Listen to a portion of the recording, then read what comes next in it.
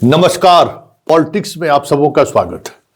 और आज हम पॉलिटिक्स में बिहार की उस पॉलिटिक्स की चर्चा करने जा रहे हैं जिस पॉलिटिक्स के सहारे समझा जा सकता है कि जो 14 जनवरी के बाद क्या वाकई में खेला होने वाला है। चिराग की चुप्पी, मांझी की मुस्कुराहट और कुशवाहा के साथ बगावत, आखिर ये रिश्ता कहलाता क्या है। इस तस्वीर को जरा गौर से देखिए। ये उपेंद्र कुशवाहा के विधायक की तस्वीर है जो अब कह रहे हैं कि राजनीति से संन्यास ले लेंगे, लेकिन कुशवाहा से अब हाथ नहीं मिलाएंगे। मतलब उपेंद्र कुशवाहा से हाथ नहीं मिलाएंगे। मतलब इस तरीके की दूरियां बढ़ गई है। वजह क्या है सबको पता है, और उस वजह के पीछे की वजह इस तस्वीर से समझा जा सकता है, क्योंकि यह तस्वीर अपने आप में बयां कर रहा है कि ये महोदय अपनी भाषा नहीं बोल रहे हैं, किसी का संरक्षण है या फिर कोई बोलवा रहा है।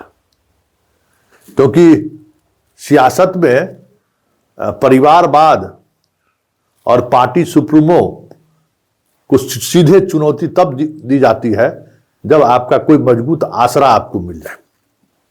मतलब उपेंद्र कुशवाहा के पार्टी में बगावत के जो स्वर दिख रहे हैं, उस स्वर को स्वर देने वाला कोई तो है, कोई ताकत है जो इसको स्वर दे रहा है। ऐसे में सवाल उठना लाजमी है कि 14 जनवरी के बाद उपेंद्र कुशवाहा की पार्टी रहेगी कि नहीं रहेगी, एक बड़ा सवाल है।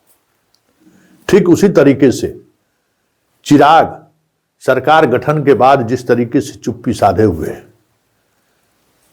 और उनके विधायक के अंदर जिस तरीके की कुलबुली चल रही है, और बंगाल और यूपी में चुनाव लड़ने की जिस तरीके की उन्होंने घोषणा की है, बंगाल में उन्होंने अपने सांसद को जिम्मेवारी भी दे दी है, तो क्या वो एनडीए के, क्योंकि बंगाल में जाने का मतलब है हिंदी बेल्ट के वोटरों में सेंधमारी करना, जो एक बड़ा आधार वोट बीजेपी का, और उसमें भी बिहार के वोटर।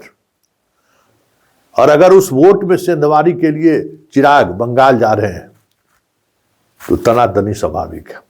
वैसे दिल्ली वाली स्थिति, दिल्ली में एक सीट बीजेपी ने चिराग को दिया था, वो स्थिति हमें लगता है कि बंगाल में आने वाली नहीं है, लेकिन विवाद तो होगा। तो क्या बंगाल में एक दो सीट के लिए चिराग चुप्पी साधे हुए हैं, या फिर बिहार में जो सियासत चल रहा है और जिस सियासत में सम्राट काफी दूर तलक बढ़ चुके हैं, उससे चिराग असहज है क्या? क्योंकि चिराग बीजेपी में जिस माध्यम से करीब, जब कभी भी कुछ ऐसा होता है तो जो उनके करीब है उनका सम्राट से 36 का आंकड़ा है, कई मौके पर देखने को मिला है। हालांकि दोनों हस्तिनापुर के ही सिपह सालार हैं, दोनों लठेती शाह के लिए ही करते हैं। लेकिन बात जब बिहार की सियासत की होगी तो उस सियासत में कहीं न कहीं मतभेद तो है। तो क्या उस मतभेद की वजह से चिराग चुप्पी साधे हुए हैं? क्योंकि चिराग सम्राट से लेकर सहज नहीं है, ये कई मौके पर देखने को मिला है। सम्राट से उनकी नजदीकी नहीं है, ये अक्सर देखा गया है। जब कभी भी कोई ऐसी बात होती है तो वो नित्यानंद राय के करीब होते हैं, नित्यानंद राय का आना जाना रहता है। तो ये सारी कवायद 5वीं सीट को लेकर तो नहीं है, बड़ा सवाल है। जिन सीट को लेकर मांझी भी दावा कर रहे हैं, तो वाकई में 14 जनवरी के बाद की जो पॉलिटिक्स होगी बिहार की, वो देखने वाली बात होगी। वैसे गठबंधन धर्म के विपरीत अगर बीजेपी उपेंद्र कुशवाहा की पार्टी को तोड़ने में मदद पहुंचाती है तो ये तो तय समझिए कि खेला होगा, और वो खेला बीजेपी के अंदर से होगा। इस बार खेला बीजेपी के बाहर से नहीं होना है, नीतीश खेला करेंगे ऐसा नहीं होता हुआ दिख रहा है। इस बार खेला बीजेपी के अंदर से होगा और ये खेला बंगाल चुनाव के बाद और तेजी से उभरता हुआ दिख जाए तो कोई बड़ी बात नहीं होगी, क्योंकि चीजें कुछ उसी तरीके से चल रही है।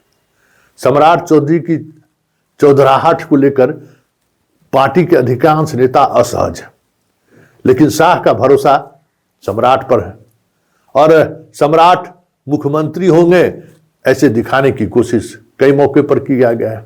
आप देख भी सकते हैं कि नंबर 2 वही हैं और कई डिसीजन भी वो मुख्यमंत्री जिस तरीके से लेते रहे हैं उस तरीके से वो ले रहे हैं।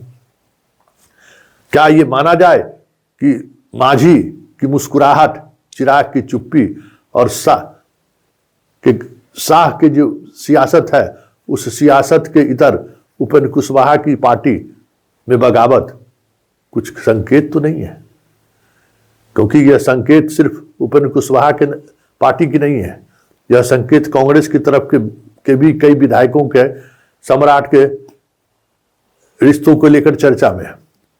खास करके वाल्मीकि नगर के विधायक को लेकर कांग्रेस के जो विधायक हैं उसकी तो सरेआम चर्चा हो रही है कि भाई ये कभी भी पाला बदल सकते हैं, बस संख्या बल की जरूरत है। तो क्या बीजेपी 14 जनवरी के बाद अपने बलबूते पर सरकार बनाने की बात तो नहीं सोच रही है?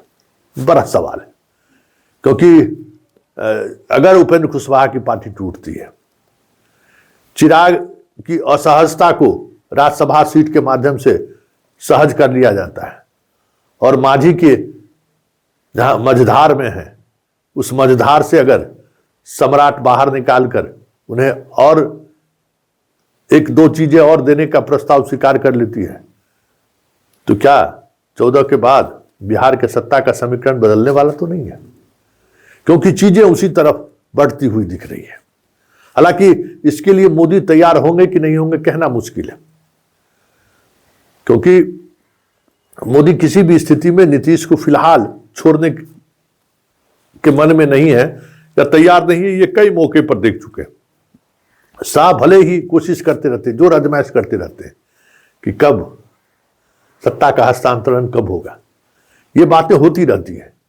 लेकिन एक बात जो सबसे महत्वपूर्ण बात है कि ये सारी कवायद, ये रिश्ता क्या कहलाता है, उपेंद्र कुशवाहा के पार्टी के अंदर बगावत की चिंगारी क्या सिर्फ उपेंद्र कुशवाहा तक ही तो सीमित नहीं है, ताकि उनका जो डिमांड है विधान परिषद का 1 सीट, राज्यसभा का सीट, वो उससे बीजेपी उस दबाव से मुक्त होने की कोशिश तो नहीं है। ये इन विधायकों की ये स्वर में स्वर मिलाकर बोलना, क्योंकि सियासत के कई डायमेंशन बिहार में इन दिनों चल रहे हैं। क्या उस डायमेंशन का ये संकेत तो नहीं है? फिलहाल जो उपेंद्र कुशवाहा सीटों को लेकर जो दबाव बनाने की रणनीति बनाने की स्थिति में ही ना रहे, क्योंकि आपके विधायक ही नहीं है, तो फिर उपेंद्र कुशवाहा की सियासत का होगा क्या? एक सवाल यह भी है। और चिराग के चुप्पी का नतीजा क्या होगा और मांझी के मझधार में फंसे होने का समाधान क्या होगा? 3 डायमेंशन है।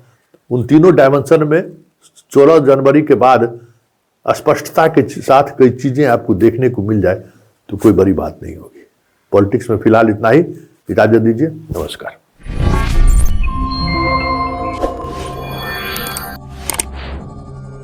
Yeah.